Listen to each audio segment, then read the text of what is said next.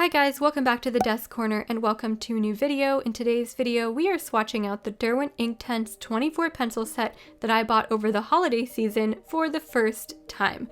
I've never tried any of the Derwent Inktense sets at all, and I know that's kind of surprising because they've been out and popular for quite a while now. I'm sure most of you guys have already tried them before.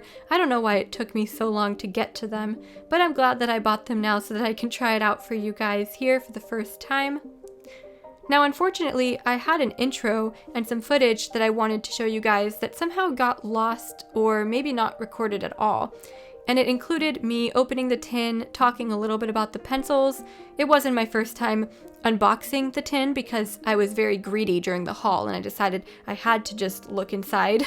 So it wasn't an unboxing, but I did rearrange the color order because the color order that it came with in the tin was not to my liking and it didn't make sense. It seemed really random, so I rearranged the colors to an order that made more sense for me before I actually started the swatch chart, just to fill you guys in on what you missed in that lost footage, unfortunately.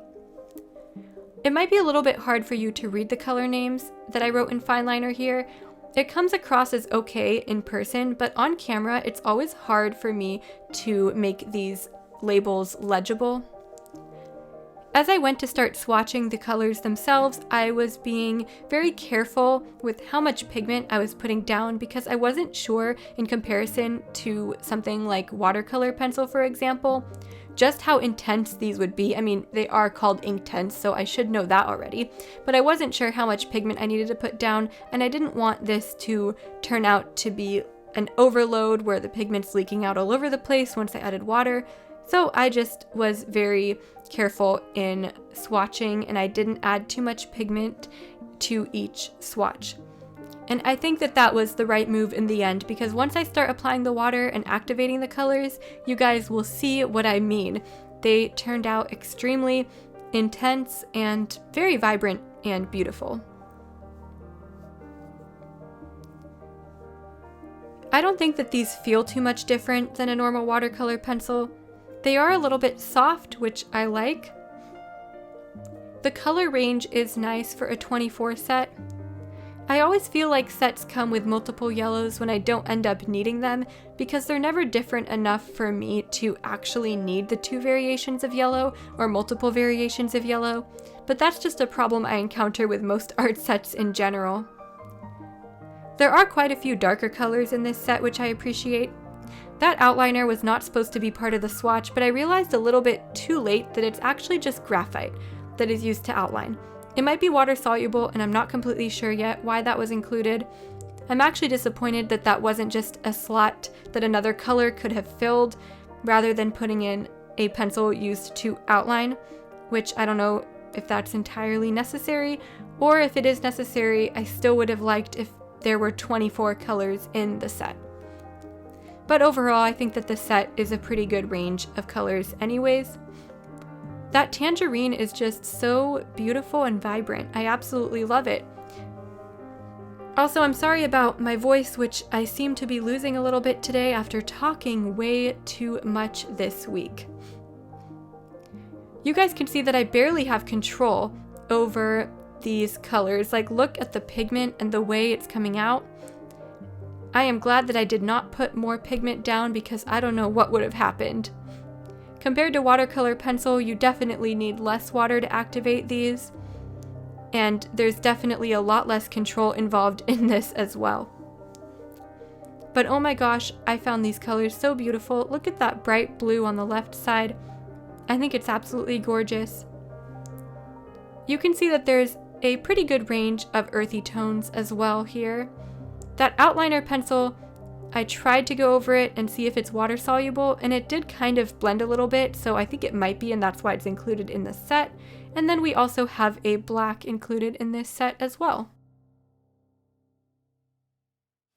I'm about finished with the swatch chart, and now you guys can kind of take a look at how all of these colors look like once they're activated.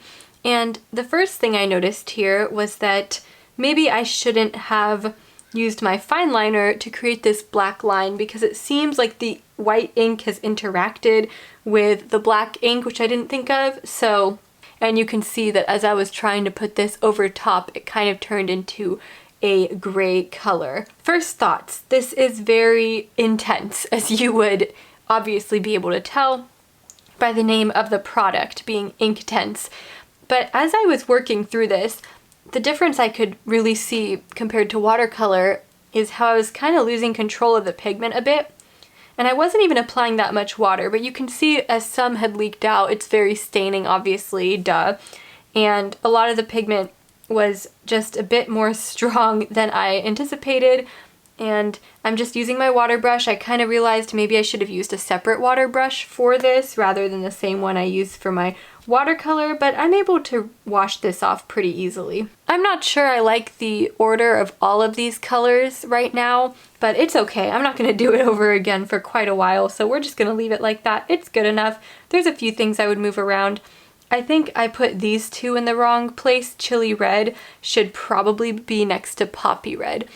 And then this one probably should be next to this one. So there's a couple little things that I would change, but you know what? It doesn't matter too much. I could still see clearly all of the colors here in this palette. Okay, now that we have the colors swatched out, let's see how these pencils work in an actual artwork. For our drawings, or paintings if you would call them that, I decided to use my Etchr block, and I'm really loving these smaller watercolor pads and blocks that I have now because sometimes I just want to create a smaller piece and not an extremely large one, so I'm really glad that I have the option to do that now.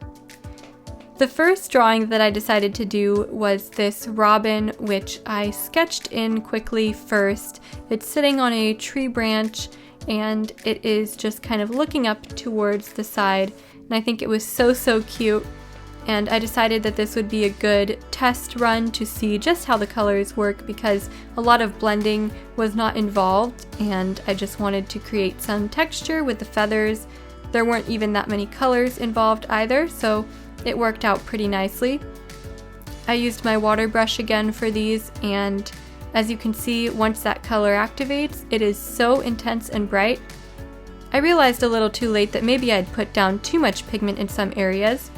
And again, it's not very forgiving because once you add the pigment, you can't really lift it the same way you can normal watercolors. That's something I'm going to have to keep in mind in the future, and I'm going to have to be very careful not to smudge these because I don't know if lifting is even very possible with the Inktense.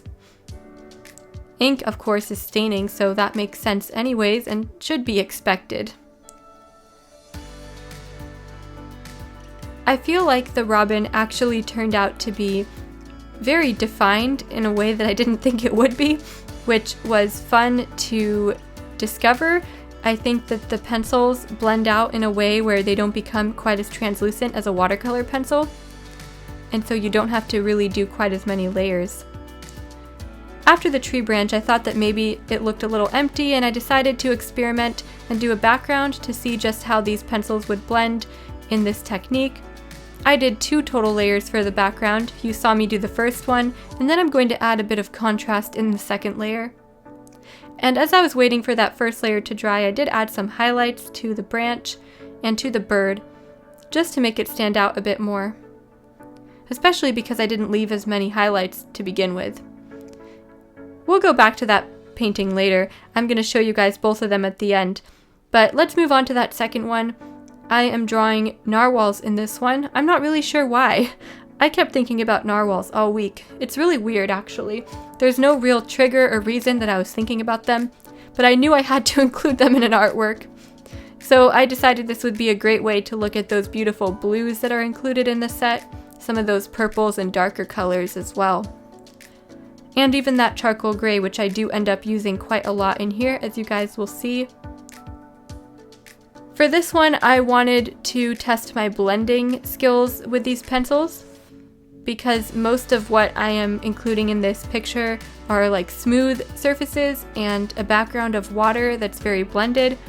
So instead of that rough feather texture that I practiced in the last drawing, I wanted to create something more smooth and seamless and see how that works with these pencils. That first narwhal turned out so cute. Look at all those colors together. They're so gorgeous. That dark indigo is really beautiful. I'm a sucker for indigo colors, and I'm really glad that this 24 set included one because a lot of them wouldn't. I'm not even upset that there's no Payne's Gray because of the indigo. The second narwhal was alright. I felt like this one was a little awkward looking. Maybe I didn't really draw the proportions right, but that's okay. It's kind of facing a weird angle anyways. Now you could see I'm working on the background. I really wanted to see how the blues would blend together. The blues in this set are just so gorgeous. There's even a very pretty aqua color as well. As I blended them out, they looked pretty similar to watercolor pencils, except just a little bit brighter than the first layer of watercolor pencils would be. Then I decided I needed more contrast on the narwhals themselves, so I went in with charcoal gray. The first narwhal turned out fine, but the second one looked like I had really overdone it a little too much, and you guys will see what I mean. I still feel like maybe the background deserves a second layer, but I didn't want it to overpower the foreground too much, so I just left it as is. All in all, I have finished 2 artworks with the Derwent Inktense so far. That one's supposed to go like that.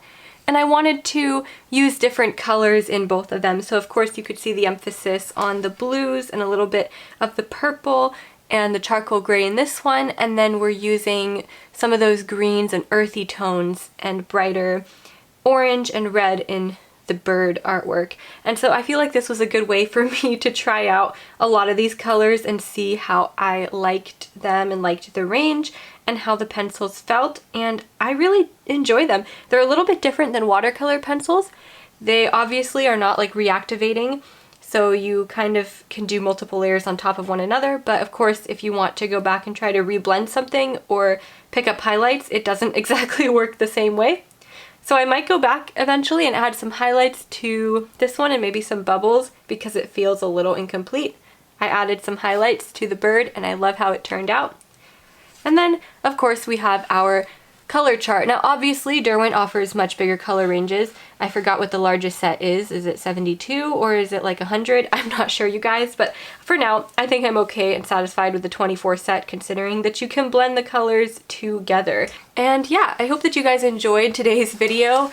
What would you like me to do with these in the future? What would you like to see me use these for? And if you have the Derwent Inktense, what do you guys like to use these for? I am curious and I'm excited to use them again in the future. I will see you guys in the next video as always. Thank you so much for watching. Bye!